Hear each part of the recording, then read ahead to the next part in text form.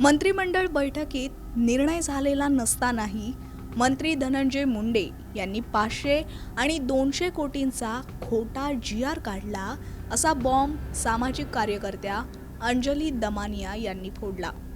अंजली दमानियांनी बुधवारी 19 फेब्रुवारीला पत्रकार परिषद घेत पुन्हा एकदा धनंजय मुंडेंवर गंभीर आरोप केले आहेत. खोटं बोलून धनंजय मुंडे हे GR काढतात. त्यांची इतकी हिंमत होत असेल तर मुंडेंनी कोणत्याही मंत्रिपदावर कधीच बसता कामा नये. त्यांची तेवढी पात्रताच नाही असा हल्लाबोल दमानियांनी केला होता. त्यांच्या या आरोपांवर आता धनंजय मुंडे यांनीही प्रत्युत्तर दिलंय. दमानियांचे आरोप खोटे आहेत असा पलटवार मुंडेंनी केलाय. आपल्या सोशल मीडिया अकाउंटवर सविस्तर पोस्ट शेअर करत मुंडेंनी दमानियांचे आरोप फेटाळून लावले आहेत. पाहुयात मुंडेंनी नेमकं काय म्हटलंय.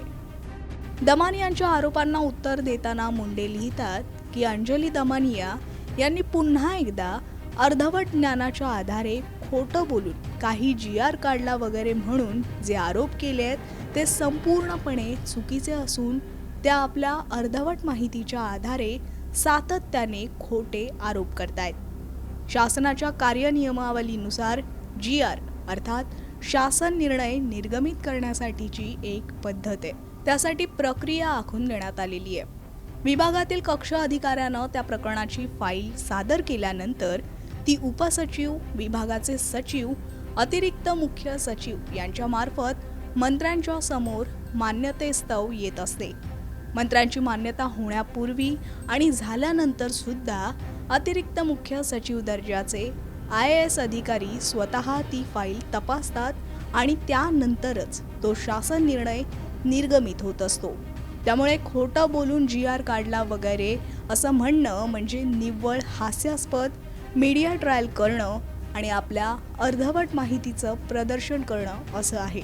या ताईंनी गेल्या 15 वर्षात ज्या काही मीडिया ट्रायल रन केल्या, ज्या कुणाविरुद्ध आरोप केले, त्यातील एकही आरोप अद्याप कोणत्याही न्यायालयात अथवा इतरत्र कुठेही सिद्ध होऊ शकलेला नाही. मंत्रिमंडळाचा निर्णय झाला किंवा नाही असे भासवून निर्णय होत नाहीत. एखादी नसलेली गोष्ट भासवून सिद्ध करण्यासाठी ती कथित प्रेस कॉन्फरन्स आहे का? एखाद्या विषयास मंत्रिमंडळाच्या बैठकीत चर्चेअंती मान्यता झाल्यानंतर मंत्रिमंडळाच्या बैठकीचे इतिवृत्त हे मुख्यमंत्र्यांनी मान्य केल्यानंतर राज्यातल्या सर्वोच्च IAS अधिकारी असलेल्या मुख्य सचिव यांच्या स्वाक्षरीनं निर्गमित केले जातात. मात्र दमानिया यांनी या प्रक्रियेची माहिती घेतली असती तर असे निराधार आणि धादांत खोटे विधान कदापि केले नसते.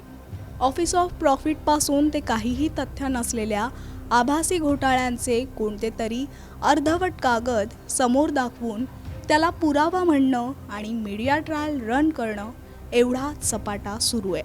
त्या संदर्भात त्यांच्याकडे कॉन्क्रीट कागदपत्र असल्यास त्यांनी न्यायालयात जावं. आता न्यायालयामध्ये आम्ही सुद्धा याविरुद्ध योग्य लढा उभा करून दाद मागू. फर्टिलायझर कंट्रोल ऑर्डर हा केंद्र शासनाचा कायदा आहे.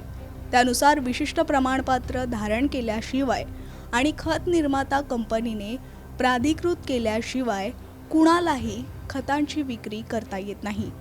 या संदर्भात इफ्कोने संबंधित कंपन्यांना 2022 आणि 2023 मध्ये सुद्धा नोटीस दिलेल्या आहेत. याबाबत मी आधीही स्पष्टपणे बोललेलो आहे. पण आपल्या सोयीचं तेवढं बोलायचं आणि अर्धवट ज्ञान प्रदर्शन करणं हे धोरण फक्त माझ्या बदनामीसाठी आहे. सदर कंपन्या या आमची उत्पादित खतं विकण्यास प्राधिकृत नाहीत. फर्टिलायझर कंट्रोल ऑर्डरमधील तरतुदींप्रमाणे O प्रमाणपत्र असल्याशिवाय अशी खतं विकता येत नाहीत. अशा प्रकारची प्रेस रिलीज स्वतः इफ्कोने याआधीच काढलेली आहे. तसंच ती आजही इफ्कोच्या संकेतस्थळावर उपलब्ध आहे. त्यांना सुद्धा ही बाब समजत असावी. मात्र तरीही खोटे बोल पण रेटून बोल असा उद्योग त्यांनी चालवलेला आहे असं धनंजय मुंडे यांनी या पोस्टमध्ये म्हटलंय.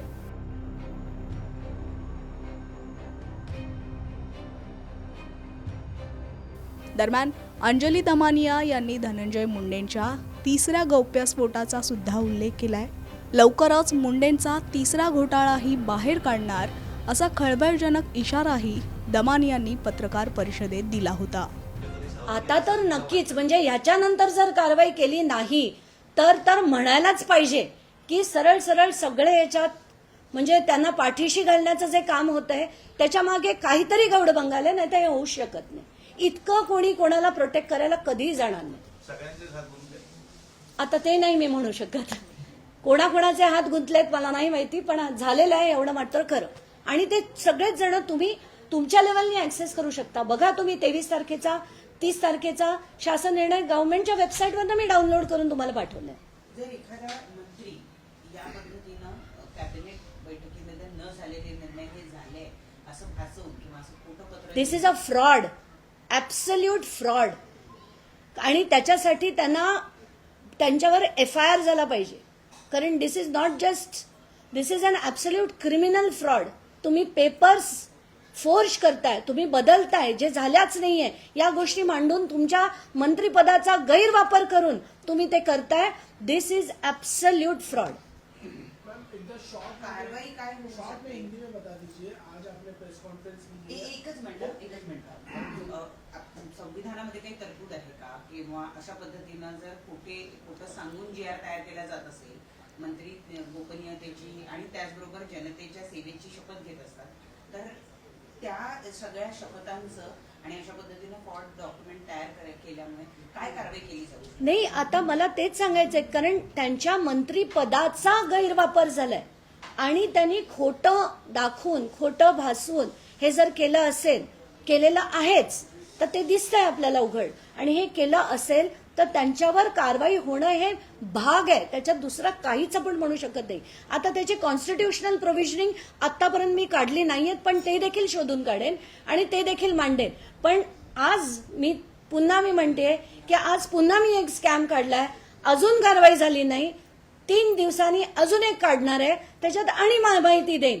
पण जोपर्यंत या माणसाचा, आणि हा जाणं का गरजेचं आहे, जाणं गरजेचं आहे कारण एक मंत्री जो आपल्या पदाचा गैरवापर करून अमाप संपत्ती कमवतो, लुटतो आणि मग कराडसारखी माणसं ठेवतो जी दहशत पसरवतात, त्याच्याचमुळे असं हे जे हत्या झालीय ही परत महाराष्ट्रात कधी घडू नये म्हणून हे मंत्र्यांना अद्दल घडावी म्हणून माझा हा सगळा खटाटोप आहे. मला त्याच्यात काही मजा येत नाहीये, काही मला स्वतःच्या जीवाला त्रास करून घेण्याची गरज देखील नाहीये.